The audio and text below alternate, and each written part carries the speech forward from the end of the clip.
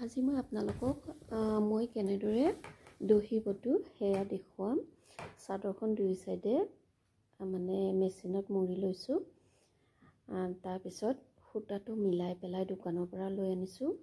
এইটো মানে golden colour বেছি আছে যদিও গোল্ডেন কালাৰে দহি বটিলে ইমান ভাল নালাগিব। ফুলটোৰ ৰঙেৰে দহি বটিলেহে বেছি ভাল লাগে।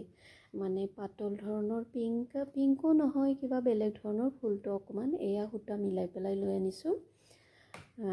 এতিয়া সূতাটোৰ লগত মিলাই তাকুৰিটো বেজীত যিটো ভৰোৱা সূতা হ'ব সেইটো একে ৰঙৰ লৈ আনিছোঁ। মই আপোনালোকক দেখুৱালোৱে। এতিয়া দহি বটি দিম। বাৰু দুটামান গাঁঠিলোৱে। মই চাদৰখন বিচনাত সমানকৈ জাপি লৈছোঁ। কিয় জানেনে? দহি বটা সূতাখিনি বহুত পিছল হয়। যদি কিবাত লটকাই দিয়া হয় গোটেইখিনি মানে আগাগুৰিয়া হৈ যাব। আগাগুৰিয়া বুজি পায়নে? চুটি দীঘল হৈ যাব। সেইকাৰণে সমানকৈ পাৰি লৈছোঁ। পাৰি লোৱাৰ পিছত এয়া গাঁঠিকেইটা দিছোঁ। গাঁঠিকেইটা কিন্তু টাইট কৰি দিব লাগে দেই। দুটা তিনিটা মই তিনিটাকৈ গাঁঠি দিছোঁ। এয়া দুটা দিলোঁ, আকৌ এটা দিম। কাৰণ যেতিয়া তিনিটাকৈ গাঁঠি দিব তেতিয়া টাইট কৰি দিয়াৰ পিছত আৰু সূতাখিনি ওলাই যোৱাৰ চান্স নাথাকে। তাৰপিছত ইটো মূৰ আৰু সিটো মূৰ দুইটা মূৰে মিলাই পেলাই সমানকৈ কাটি দিম। কেঁচিৰে সমানকৈ কাটি দিম। এয়া কেঁচিৰে কাটি দি পেলাই গুৰিত আকৌ বান্ধি দিব লাগিব।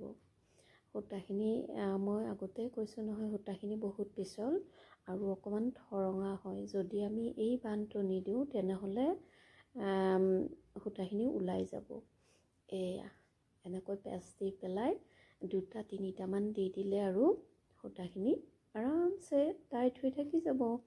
অকণমান ৰছীডাল বেজীৰ যিটো সূতা সেইটো অকণমান ভাঁজ দি ল'ব লাগে। এটা ভাঁজ আছে, মই আপোনালোকক দেখুৱাইছোঁ, ৰ'বক জুম কৰি দেখুৱাইছোঁ। এয়া দুবাৰ দিলোঁ, আকৌ এবাৰ দিম। চাব দেই কেনেকৈ দিছোঁ। এইটো এইফালে মেৰাই দি পেলাই বেজীটোত এনেকৈ ভৰাই দি এইটো পেজটো যে লাগি গৈছে এই পেজটো লাগিব লাগে। এইটো লাগি গ'লে আৰু টাইট হৈ থাকে। তাৰপিছত বেজীটো মই মাজেৰে সোমাই দি পেলাই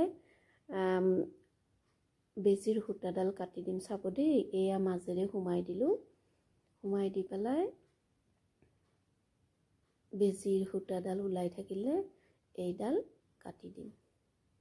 কাটি দিয়াৰ পিছত আৰু কিহেৰে গাঁঠিছে, কি কৰিছে কোনো একো ধৰিবই নোৱাৰে। একো ওলাইয়ে নাথাকিল যেতিয়া, একো গম নোপোৱা হৈ গ'ল। এতিয়া কমপ্লিট হৈ গ'ল। কেনেকুৱা লাগিছে বাৰু জনাব দেই।